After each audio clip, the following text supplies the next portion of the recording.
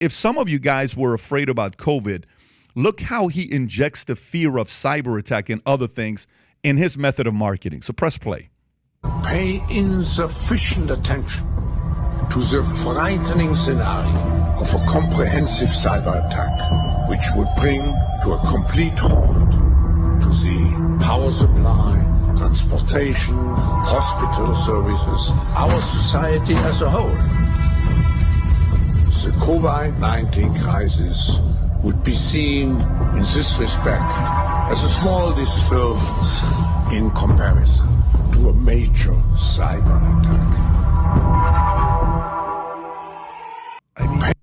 I don't understand. Can I ask you? Yeah, sure. This is not my show, okay? Yeah. So I want to be respectful. Can you put up the Apple 1984 ad? Identical. It's the same music. Yes. It's like just identical. literally- It's the first thing I thought about. Is that It's the right? first thing I thought about. It straight up is like you wouldn't. That's the face. Don't play it. Just show the face. That looks like you can't use the audio. This is the guy who is like, that's Klaus Schwab on the screen. Yeah. So tell me that is not the exact same But person. think about that. Yeah. Germany. Literally You looks think just about like him. Adolf. It's You not the think look, it's about even the personality. 1984. It's the message. How is he convincing people like a Joe Biden to say, let me announce my candidacy campaign to be Build Back Better, which he's the Build Back Better guy. So why are people buying into this guy? Why does he have so much influence over people? So the answer comes down to money, actually. So it comes down to money. But he doesn't have money. He Well, gets he doesn't money. have money. No. And it's not even this man. I mean, I gotta tell you something. I was asked by the Wall Street Journal to review a book that he wrote, in like early 2020 or 2021, Right. a couple years ago.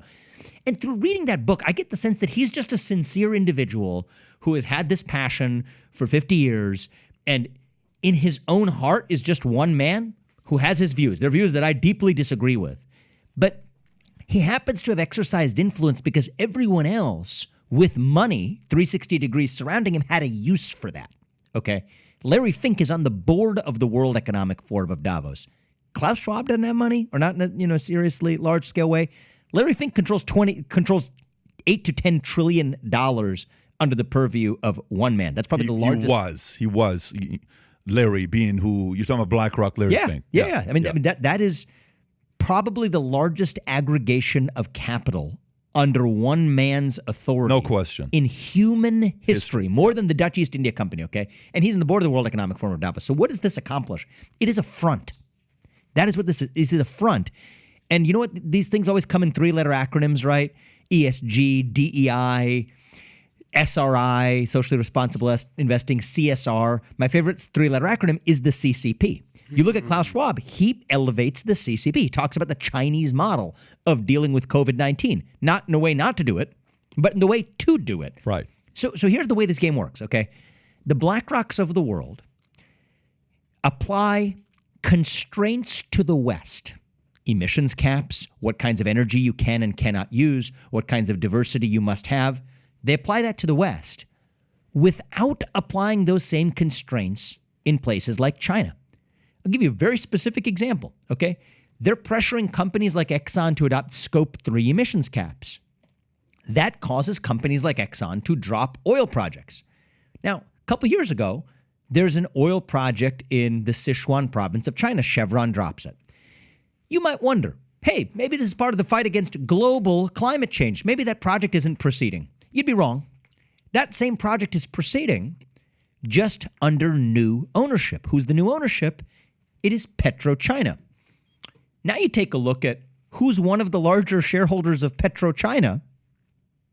It is none other than BlackRock, the same party who's pressuring firms like pull up Exxon and Chevron. Yeah. So the interesting thing here is that take it from the left hand and give it to the right. That's last time I checked, we're supposed to be fighting global climate change. I'm just saying a three-card Monty going on. Follow the money. It's and like then the one World way or Economic another. Forum is this front that gives this, that sort of creates this veneer of legitimacy, when in fact, because it's a nonprofit global allegiance and organization conceived by this elderly Swiss gentleman, Klaus Schwab, when in fact it is just a vehicle for advancing an agenda that impedes the objectives of the West without laying a finger on China or the Chinese economy. And so the CCP is the most relevant three-letter acronym lurking behind the scenes. I'll give you another little mystery here. why is it part of the global ESG agenda to be hostile towards nuclear energy? So the first paradox is, why do they shift production to China and they're okay with it? Oh, and by the way, for any climate activists listening to this, I mean, just to give you a fact to think about tonight when you go to bed, methane leakage, a unit of methane is 80 times worse for global warming than carbon dioxide. Okay, people talk about carbon emissions. Well, if you want to actually have a database debate, you can't just talk about carbon. You have to talk about the difference between carbon dioxide, methane, and other forms of carbon. Turns out methane leakage is 80 times worse for global warming than carbon dioxide. Guess where methane leakage is worse? In places like Russia and China. So when you shift production from the U.S. to other parts of the world, it's not just that it's net neutral with woke washing. It's worse than that, because you're actually contributing to more methane leakage into the atmosphere than you were even in the U.S. You've done even more harm on your own terms. Even if you subscribe to this crazy religious zealotry, even if you subscribe to that, you have failed on your own terms. So that's the first mystery. Now I'll give you a second mystery, and then you see the conclusion. The second mystery is, why are they hostile to nuclear energy? Because you would think if you were opposed to all this carbon emission stuff, you would be embracing the greatest form of carbon-free, large-scale, reliable energy production known to mankind, that is nuclear energy. And yet, ESG funds, like Vanguard's ESG fund, systematically, by rule, exclude nuclear energy. Now, scratch your head for a second and ask what's going on there. The answer is, this whole agenda, the anti-nuclear disposition included, is really not about climate change at all. It is about making the West apologize for its sins of the past to achieve a paradigm of global equity. The problem with nuclear energy is not that it is not good enough. It is that it is too good at solving the supposed energy crisis or clean energy crisis, which means you lose the E, the environmental prong as ESG, as a Trojan horse for the S, the social agenda. And that's really what's going on here, is the whole climatism and the World Economic Forum.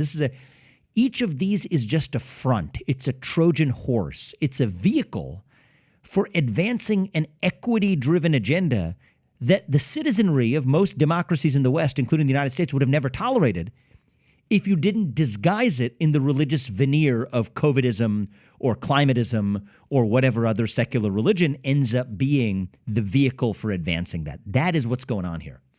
So if you like this clip and you want to watch another one, click right here. And if you want to watch the entire podcast, click right here.